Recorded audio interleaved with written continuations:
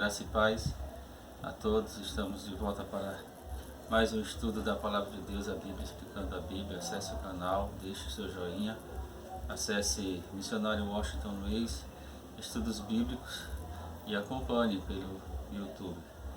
Então nós vamos iniciar mais um estudo com base na Palavra de Deus.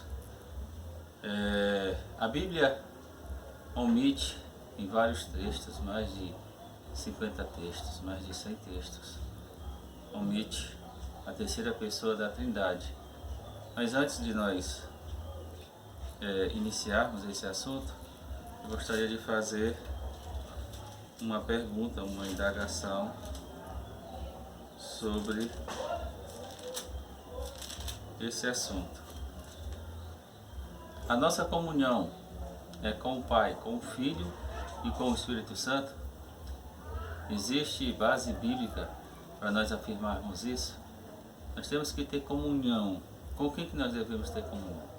Nós devemos ter comunhão com as três pessoas da Trindade? Nós devemos ter comunhão somente com Deus? Nós devemos ter comunhão somente com o Filho? Nós devemos ter comunhão com o Pai e com o Filho? O que a Bíblia mostra? O que a Bíblia registra?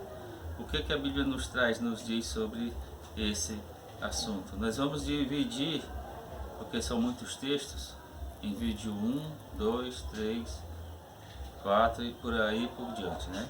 Então em 1 João, capítulo 1, verso 3, diz assim: O que vimos e ouvimos, isso vos anunciamos, para que também tenhais comunhão conosco. E a nossa comunhão é com o Pai e com o seu Filho Jesus Cristo. Então aqui aparece as duas pessoas da divindade. E o Espírito Santo? O Espírito Santo é a presença do Pai e a presença do Filho. Portanto, o Espírito Santo está na pessoa do Pai e na pessoa do Filho, porque o Espírito Santo é a comunhão ou a comunhão entre a pessoa do Pai e a pessoa do Filho, é a presença. Então, quando você recebe o Espírito de Deus, Espírito de Deus, você recebe o Pai, você recebe o Filho.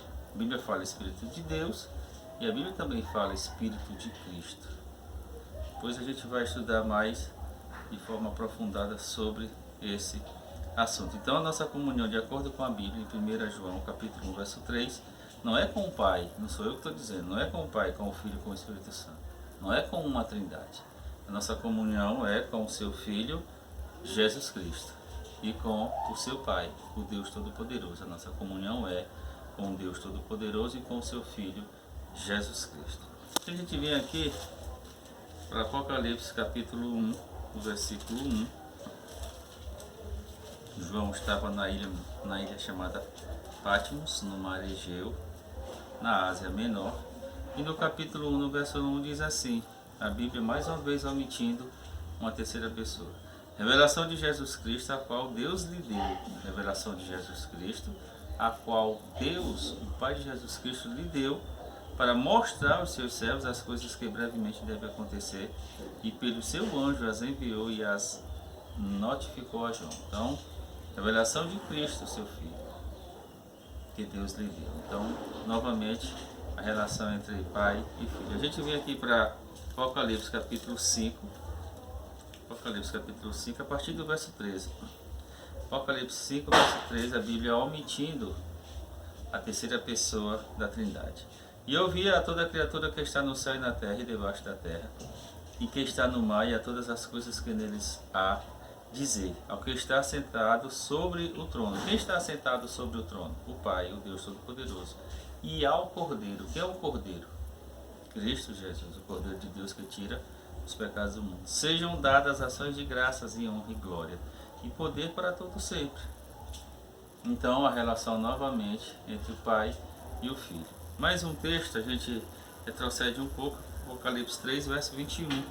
O próprio Jesus dizendo: Ao que vencer ou ao vencedor lhe concederei que se assente comigo no meu trono, com Jesus. Assim como eu venci e me assentei com meu Pai no seu trono. Então mais uma vez a relação Pai e Filho, as duas pessoas da divindade. A gente vai agora para Apocalipse 22. Apocalipse 22.